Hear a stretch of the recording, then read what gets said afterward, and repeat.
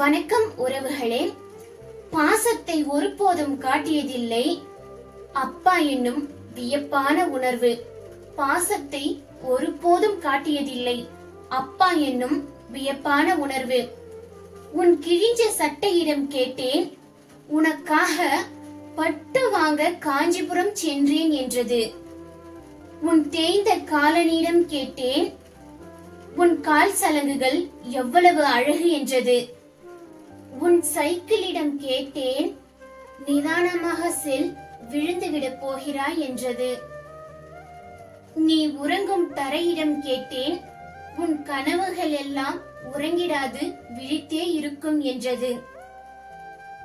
நீ செல்லும் பாதையிடம் கேட்டேன், அதற்குள் நீ ஓடி வந்து நான் கால் வைக்கும் தடத்தில் உன் இரு கைகளை வைத்து காத்திருந்தாய்.